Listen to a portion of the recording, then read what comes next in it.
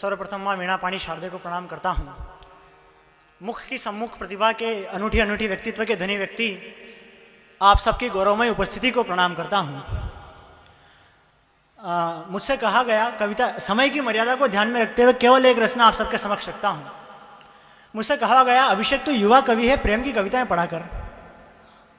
तब मैं पंक्ति लिखना चाहता हूँ कि कैसे पंक्ति लिख दूं मैं मिलन और एतबार की, कैसे पंक्ति लिख दूं मैं मिलन और एतबार की, कैसे कविता पढ़ लूं मैं भी श्रृंगार की। यदि मैं भी प्रेयसी के केशों में लगे गजरे को देखूंगा, उसके गालों पर पड़ते भंवरे पर उपमाएं भेजूंगा, तो फिर कौन इन अंधे लोगों की आंखें खोलेगा। सब गाएंगे गीत प्रेम प्रीत के, किसानों की बदहाली पर कौन बोलेगा। कौन है किसान? यहाँ बेटा हर व्यक्ति धरती से खेती से जुड़ा हुआ लोग है। ये वही किसान है जो तन सींच कर अन्न बोते हैं, ये वही किसान है जो तन सींच कर अन्न बोते हैं। एक फसल के खातिर अपना सुख चैन नींद सब कुछ खोते हैं, और ये धरती पुत्र अपना कर्तव्य कुछ ऐसे निभाते हैं, स्वयं भूखे रहते हैं पर पूरे देश को खिलाते हैं, स्वयं भूखे रहते हैं पर पूरे देश को खिलाते हैं। क्या विडंबना है आज की। परंतु परंतु परंतु किस्मत भी अपने द्वार पता नहीं कैसे खोल रही हैं। सत्ता की दीवारें बस वोटों के लिए बोल रही हैं। सब अपने अपने स्वार्थ का सेतु बांध रहे हैं।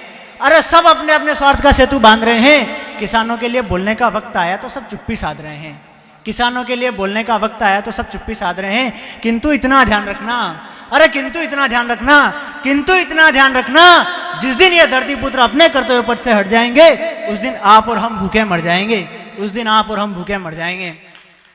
समय की अपनी मर्यादा है, बस 4 पंक्तियां रखूंगा और अपना स्थान ग्रहण करूंगा। चूंकि साहित्य को समझने वाले सभी विद्वज्जन, महानुभाव, लेखक एवं कवि यहाँ बैठे हुए हैं, संत समाज का बैठा हुआ एक अनूठा वर्ग यहाँ बैठा हुआ है। निवेदन करना चाहता हूँ कि बंद पड़े खामोशियों के तालों को शब्दों की चाबी से खोलेगा कौन। बंद पड़े खामोशियों के तालों को शब्दों की चाबी से खोलेगा कौन।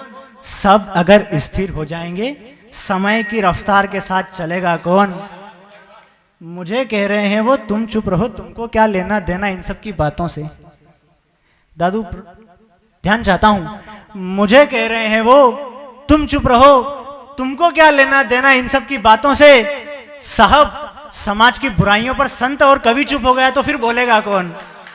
संत और कवि चुप हो गया तो बोलेगा कौन। कि कब तक खामोश रहोगे, अब तो कुछ बोलो तुम। कब तक खामोश रहोगे, अब तो कुछ बोलो तुम। चित्त में सोई हुई शक्ति को टटोलो तुम।